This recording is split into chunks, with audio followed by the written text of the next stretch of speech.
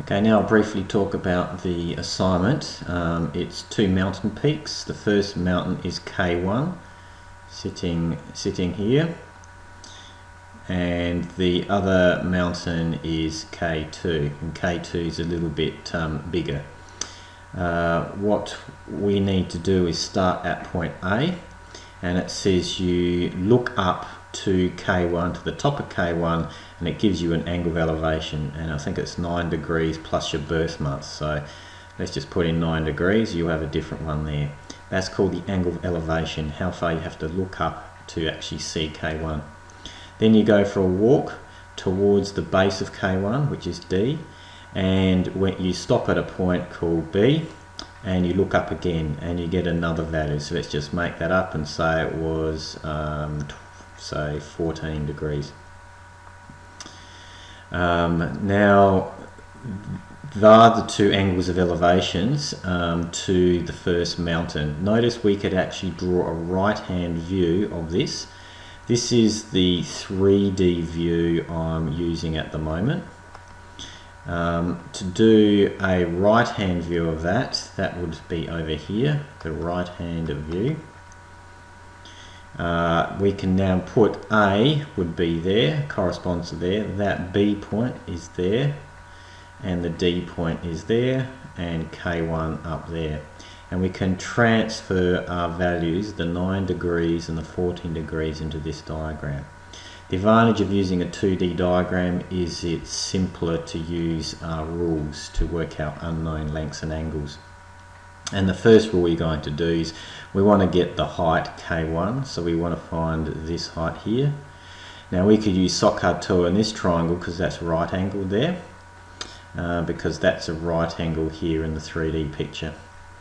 Now to do that we've only got one angle, so we need to get some side. Now we could get this side here.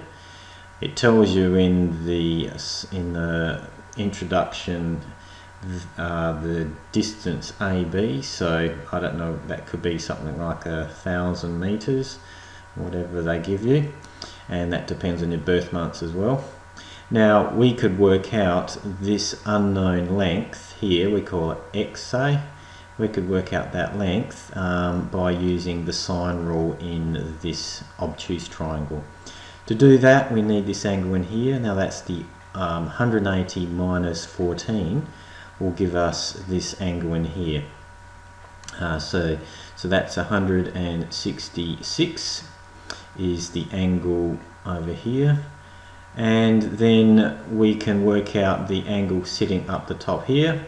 So if you add on 9 to 166, then we're up to 175, and that leaves us 5 degrees sitting in here.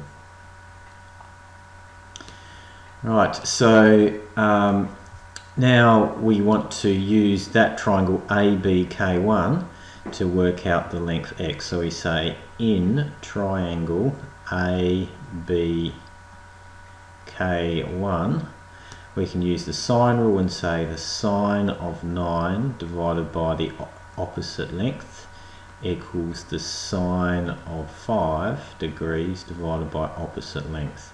Now we can easily rearrange that to find our unknown X. Once we got X, we can say therefore in triangle BK1D, in that triangle we can use SOHCAHTOA because we've got the hypotenuse and we've got this angle in here. We're trying to find the opposite.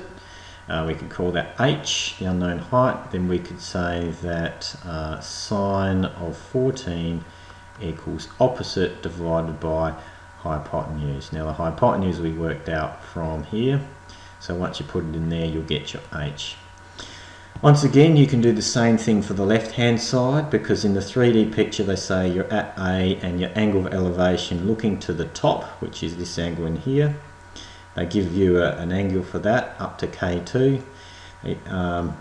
At point B they task you to turn at 90 degrees and walk towards the path connecting A and the base of K2, and they say when you get to that point you look up again and you get another angle in there. And so we could do the left view of this 3D picture, and so this one would be A, C and E, and we're looking up to K2, and so we can put in our angles and do the similar sort of thing and work out unknown angles and lengths. We also need to put in a top view, so that's this one down here. The top view, looking down on top, we're going to be doing this base triangle all the way over to the back, and so down here we're really plotting A, B, C, D and E. And we can use things like cosine rules, because we know this angle in here. We could use the cosine, call that x, that'll be x squared equals that squared plus that squared minus 2 times that times cos the angle between them. You just go look at the cosine rule to do that. Now you can find our x, and so since we've got x, that x there is the same as that x there, and that's going to come in handy. If we call that x and that x, then we can actually put it over here and call this the front view, and this is K1, this is K2. Now this height here is the difference between the two mountain heights, and this is the key length we're trying to do, the length of the chairlift connecting the two mountains. So we can easily get x from here. We need to get the difference between the two heights, because we've got the height over here of K1, we've got the height over here of K2, capital H. So this would be in here, capital H minus little h.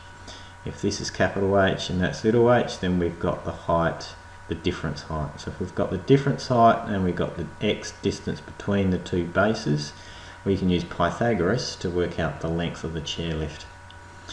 Now you also need to know the angle theta, the angle at which the chairlift's going at, because you've got constraints for the length. If it's too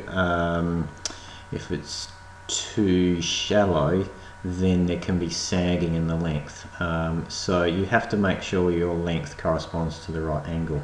If it doesn't, and it's most likely not to, because I've set it up that way, then you have to come up with possible range of solutions so that it will be feasible, so that it will work. Now one way to do that is, if it's too steep, then instead of taking the chairlift to the top, instead of going to the top there, then you could start a little bit lower and recalculate the angle and length required for the chairlift to be connected to the two mountains. The rationale is you don't have to put the chairlift right at the highest peak. You can level off a certain section of the mountain and connect the two mountains that way. You could drop it down on the highest one. If you needed it steeper, you could drop it down on the smallest one. Okay, so try getting all your maths together and write it as a report, an AIM method results conclusion.